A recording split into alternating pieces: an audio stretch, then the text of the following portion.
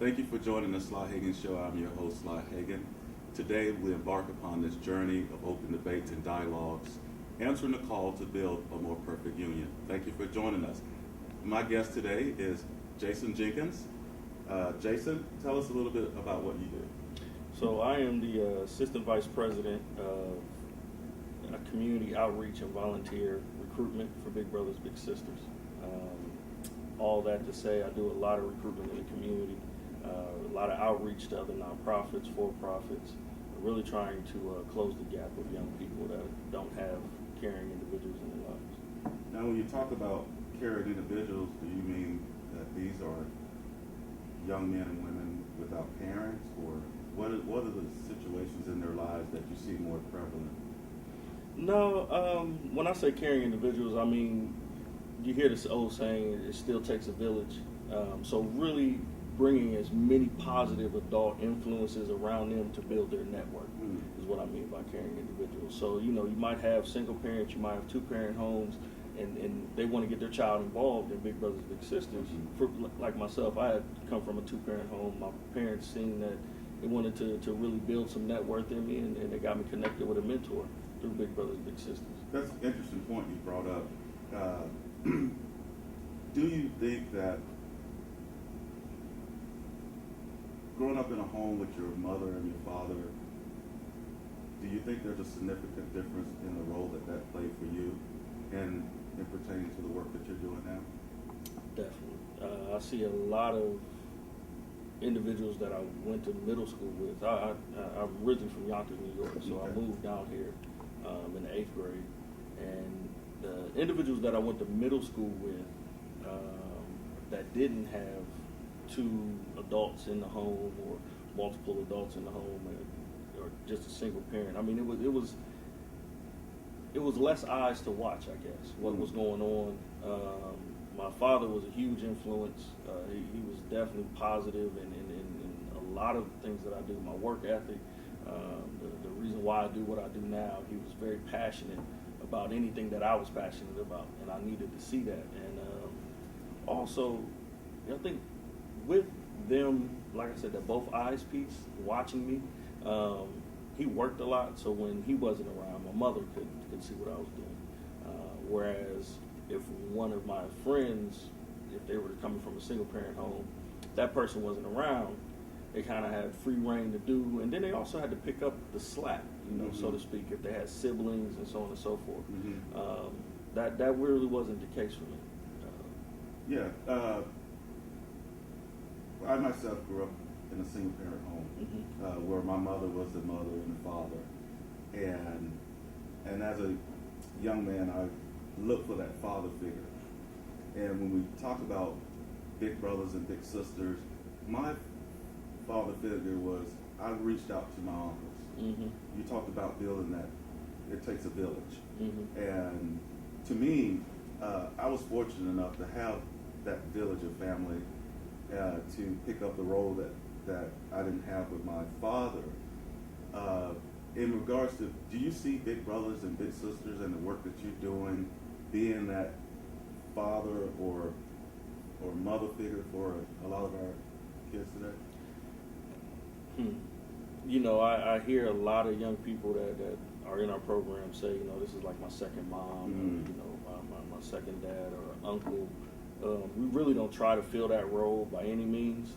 All of our bigs are individuals that aren't that a parent figure or teacher or counselor. It's really just somebody that they can kind of bounce ideas off of. And I think keeping it at that level and really training our mentors to really keep it at that level as you are a friend, an adult friend that can give positive feedback when that young person comes to you, really opens up that young person to ask you more questions or to even embark on the decision-making process with you. Keeping it at that level of, I'm an experienced friend. I've been where you've been. It always sounds better coming from somebody other than your parents. Right. Right. That's the one thing I do remember about my mentor. He tells me stuff today, and I remember some things that he's told me when I was younger, and a lot of it really resonates. And it always sounds better. Yes. It always sounds better. You know, we talk about family values, and there's a huge debate in our national politics amongst the right and the left about family values. Mm-hmm. And to me, family values is one, is loving each other, being our brothers and sisters keeper and our neighbors keeper. Do you see a decline in family values as it regards to us as a community, as a neighborhood, looking out for each other? Because I remember when I was growing up that I would get disciplined by our neighbors if my parents weren't home. And it seems like there's a decline in that type of community. Hillary Clinton talked about it during the campaign with her and President Obama about that village, or that community to where we all just care about each other. Do you think that we as a community can get back to that, or what do you see us positioned at in regards to being a village? So I think what has happened is there's a generational issue. There's also now that there's more of a communication piece involved. And I think what we're trying to do with Big Brothers Big Sisters is really close the gap on both of those through our mentors. We're trying to close the gap between the generational piece, because now you have grandparents raising grandchildren. And then you have students who can talk to somebody in Mumbai in a matter of seconds. You know, I can communicate with somebody in China, in Tokyo. So our village has now become the world. And how do we instill those same values that we had then, now? And I think that the way that we're trying to really mediate and convey that message is through our mentors. And we do have a training. All of our mentors go through a training. They go through a background screening. And in that training, we try to explain to them, you're not here to change the values of that, what that young person's guardian, parent, so on and so forth is trying to instill in them. You're really there to encourage those. And really there to give them love and show them guidance and support.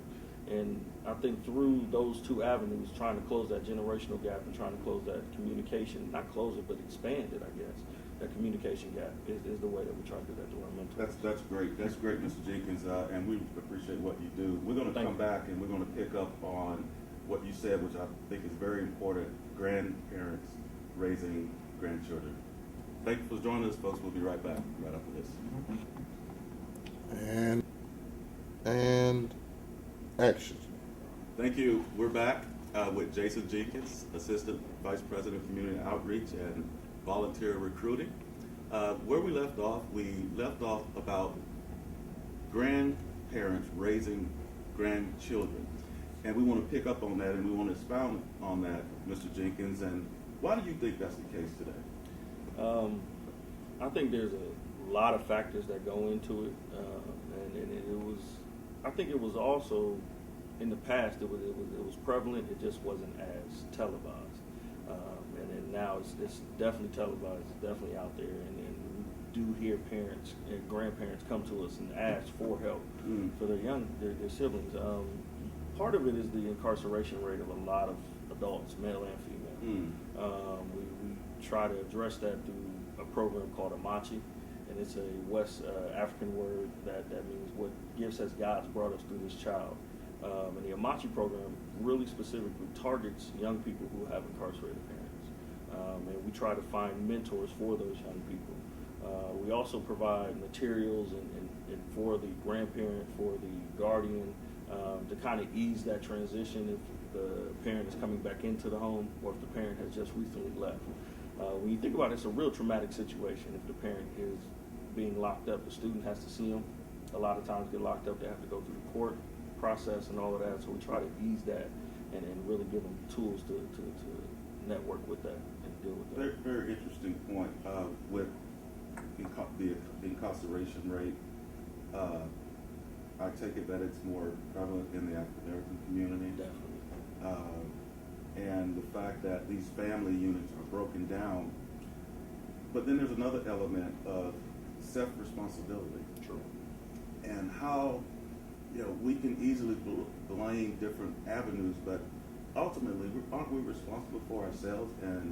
Or do you think the conditions around permeates who we are, and therefore that's the way that we act? Or do you think we're responsible ourselves, that we have a personal obligation to work hard, play by the rules, follow our dreams, our aspirations? Or do you think the elements around it have a lot to do with it? I definitely think it's the elements of your environment, exposure, and I'm speaking from a personal standpoint, and then I'll speak from, I guess, a big brothers, big sisters standpoint of what I see from our young people.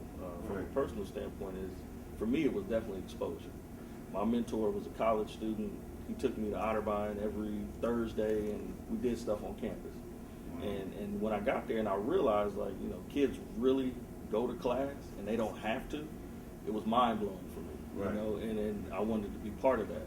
So it was exposure. My parents, my dad's from Florida, so we'd always take trips down to Florida and just seeing the countryside. It was a lot of exposure, getting out of the four corners of my neighborhood, and that really helped me on a personal level.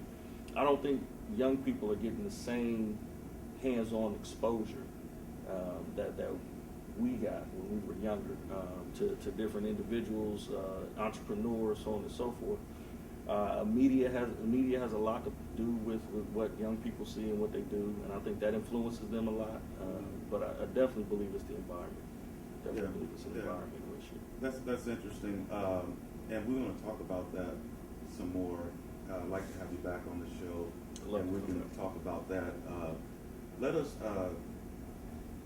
I want you to talk a little bit about the mission of Big Brothers and Big Sisters, and what is it? What is your mission? What is the ultimate goal of Big Brothers and Big Sisters?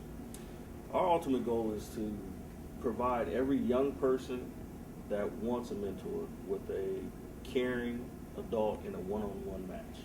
So if there are 1 million young people out there that want to have a mentor, our goal is to make sure that every young person gets matched up with that caring adult to have a one-on-one match with that adult.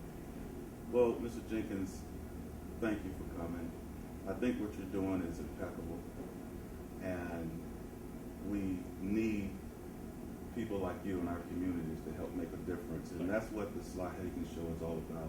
Step by step, community by community, issue by issue, we work towards every day, building a more perfect union. We'll see you guys next week. Come back with us and join us on the Sly Hagan Show. We're building a more perfect union. Thank you, Mr. Jenkins, for being with us. Thank you.